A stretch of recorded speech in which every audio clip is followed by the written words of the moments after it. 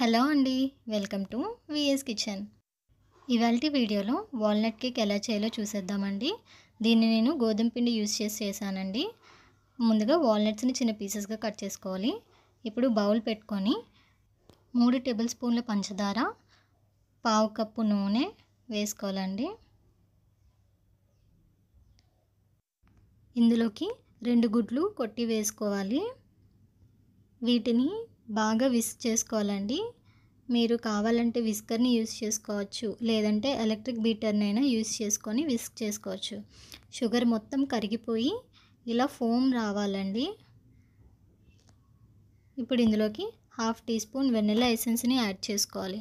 ఒకసారి దీన్ని బాగా కలుపుకొని 1 కప్పు దాకా గోధుమ పిండిని ఇందులో కొంచెం కొంచెంగా వేసుకుంటూ కలుపుకుంటూ ఉండాలండి. పిండిని యాడ్ చేసిన తర్వాత కట్ అండ్ ఫోల్డ్ మెథడ్లో ఉండలు లేకుండా కలుపుకోవాలండి.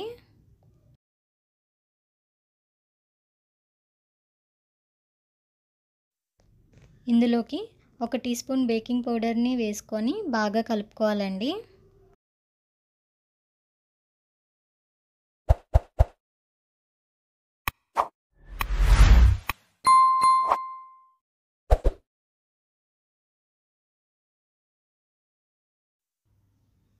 ఈ బ్యాటర్లోకి కొంచెం కొంచెంగా పాలను వేసుకుంటూ కట్ అండ్ ఫోల్డ్ మెథడ్లో ఉండలు లేకుండా కలుపుకోవాలండి.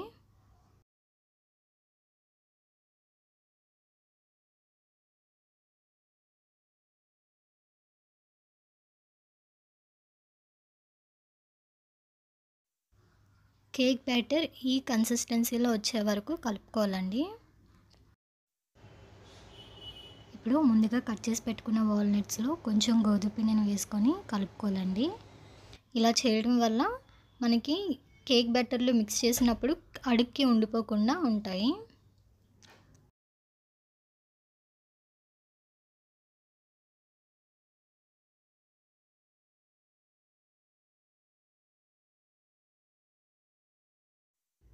ఇప్పుడు కేక్ మౌల్డ్ని తీసుకొని ఆయిల్ అలాగే కొంచెం గోధుమ పిండిని వేసుకొని గ్రీస్ చేసుకోవాలండి. ఇలా చేయడం వల్ల డీమౌల్డ్ చేసినప్పుడు కేక్ ఈజీగా వస్తుందండి.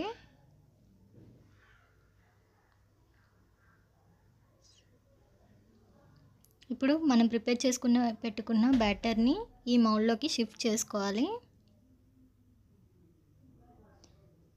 షిఫ్ట్ చేసుకున్న తర్వాత 2 సార్లు ఇలా ట్యాప్ చేసుకోవాలి. ఏమైనా ఎయిర్ బబుల్స్ ఉన్నాయంటే బయటకు వచ్చేస్తాయండి. ఇప్పుడు పైన కొంచెం కట్ చేసి ఉంచుకున్న వాల్నట్స్ని కూడా యాడ్ చేసుకుంటున్నాను.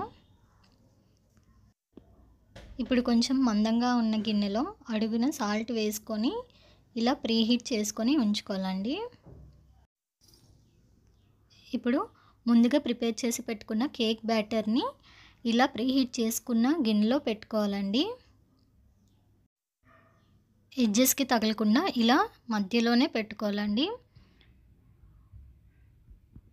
దీన్ని ఇలా మూత పెట్టి ఒక 45 to 50 మినిట్స్ని లో ఫ్లేమ్లోని బేక్ చేసుకోవాలండి.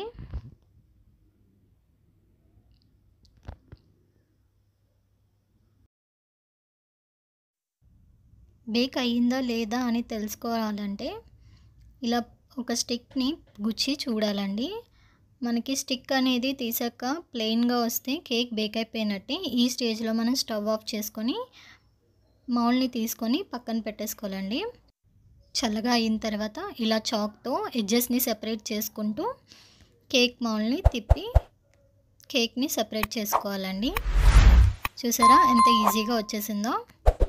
ఇప్పుడు దీని మీద మనం షుగర్ పౌడర్ని డస్టింగ్ చేసుకుంటున్నామండి. అంతే అండి, ఎంతో టేస్టీగా ఉండే వాల్నట్ కేక్ రెడీ అయిపోయింది. వాల్నట్స్ అంటే ఇష్టం లేని వాళ్ళు కూడా ఈ కేక్ని చాలా ఇష్టంగా వదలకుండా తినేస్తారండి.